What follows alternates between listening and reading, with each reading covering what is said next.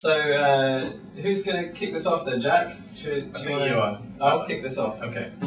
So, I'm here with Jack Butler. We're at Nesta in London, and we're just hanging out, and we just had the idea of doing a fireside chat. Yeah. We don't have a fire, we have a plant. So we're going to use the plants as our starting point. And it's kind of like, so we've not really been, well, we've been in touch, but we've not really met up for a while. Right. We've both been away. Me for a much shorter period than you, but maybe let's start by catching up a bit, I guess. So where have you been? What's been the journey? And tell us a bit about your learning journey away. Yeah. Well, I'm just back from 6 months in the US. I basically split my time between California and Colorado, and the kind of reason for the trip was really to get some new stimulus and some perspectives in the personal development space. America's kind of always been a bit of a leader. It had always been a long-held idea to maybe go and spend a bit of time there. Yeah. So just thought, yeah, it's time to do it, get some space, and yeah, I've had a really exciting time over there. Cool. And so you've divided your time in different areas. We were on Skype a few weeks ago. Yes, we were. You were sort of living in a sort of host family's house, and it sounds like you had a bit of an office set up. So how did you kind of approach the trip from that logistical point of view? Obviously moving around and not wanting to pay, sort of top hotel rates every night. How did you kind of how did you make that work? Yeah.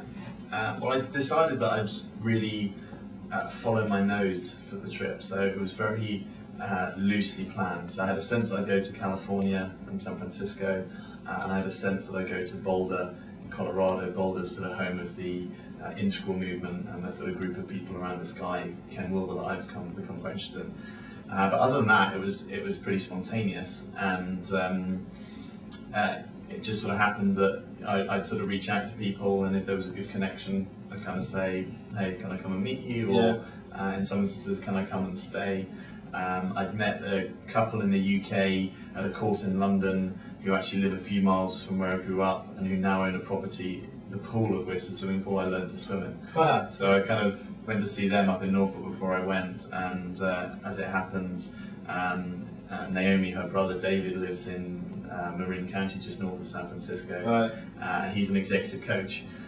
So, someone who's very much in the world that I'm interested in, and headed off with him and his wife Chelsea, and they actually introduced me to a family in Boulder, who I stayed with for a week, and we kind of, again, that just seemed to hit off, and they liked the idea of, I think having a bit of cultural difference for their young family, or 3-year-old and 7-year-old, and very like-minded in terms of interest in personal growth and inner work. And ended up staying for the best part of 3 months. So. Yeah, it really seemed to unfold favourably. Yeah, tell me if this is a stupid question, but what did an average week look like for you while you were away? I think my trip really fell into 2 parts. So the first part of the trip, the average week was me going and meeting people and just finding out about their work. Sometimes in a video interview style, but often just in a cup of coffee, can I sort of pick your brains? Cool.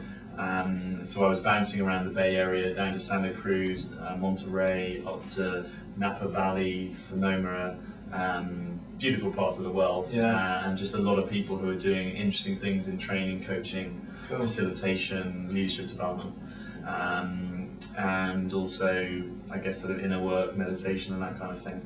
So that's sort of what that looked like, and then I rented a couple of places in San Francisco, in a place called the Mission District, which is a bit like Brixton in London, sort of like an area that's really kind of come up a long way and is very kind of cool and trendy and happening. And then a place called Bernal Heights, which is a bit quieter, but again a lot of young people. Cool. And then I went to Hong Kong for a week, and then I came back into the US, did my Enneagram Part 1 training up in Minneapolis, and then kind of landed in Boulder, which I've been to a couple of times before that, but just for short trips.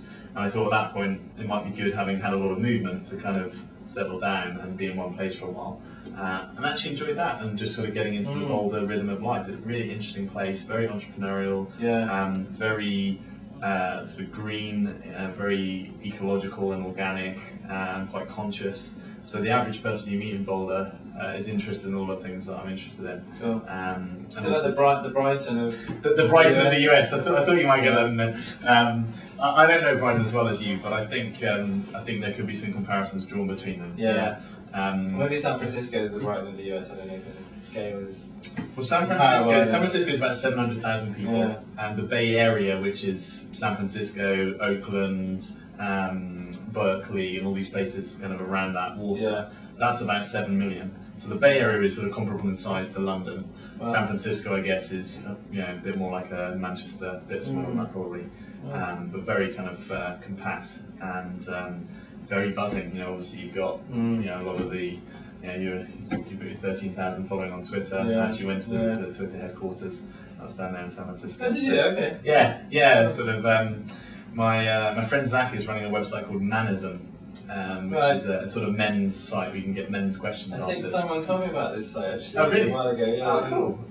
It's gathering some pace, and he wanted to get at Manism, and someone had it but had been sitting on it and doing nothing for 3 years, and he'd been kind of trying to go through the help desk and not happening, so I just kind of rocked up, and you have to fill in a form because they don't really speak to anyone there, but it sort of moved the whole thing forward, and he is now the proud owner of Manism, so it was a result. Yeah. I like that. Cool. But kind of nice just to live in a place for a while, to actually get the feel of it, to take the bus and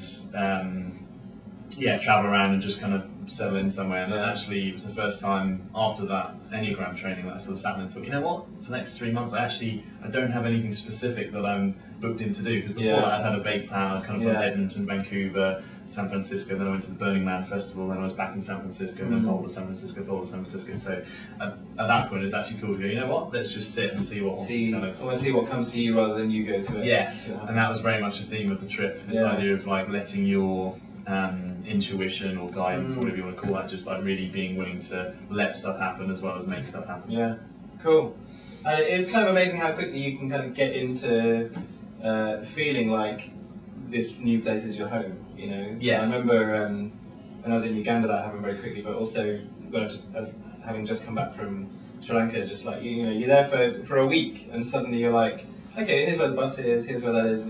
Yes. I always find it really nice to get into that different rhythm, and sort of try and do that, once a year or something, just to kind of keep that fresh and stuff. Yes. So I think I think maybe what we should do is split this little chat up into several chats, because it feels like there's loads of. There's going to be a lot to talk about. Loads of different sort of shorter videos. So that's the intro. There's one other question just before we finish the intro, which was, I didn't know you'd done videos with these people who you interviewed. So where can people find the videos for those who are not following us on Jack's blog? Maybe following Yes. Go to my blog, www.beingjackbutler.co.uk, being jackbutler.co.uk. Most of them are uploaded there. Cool, and we'll put some links on the Think Productive blog as well, so that you can find that. Perfect. And we'll be back in a short moment. So this is part 1. Join us for part 2. Super. Thanks, Graham.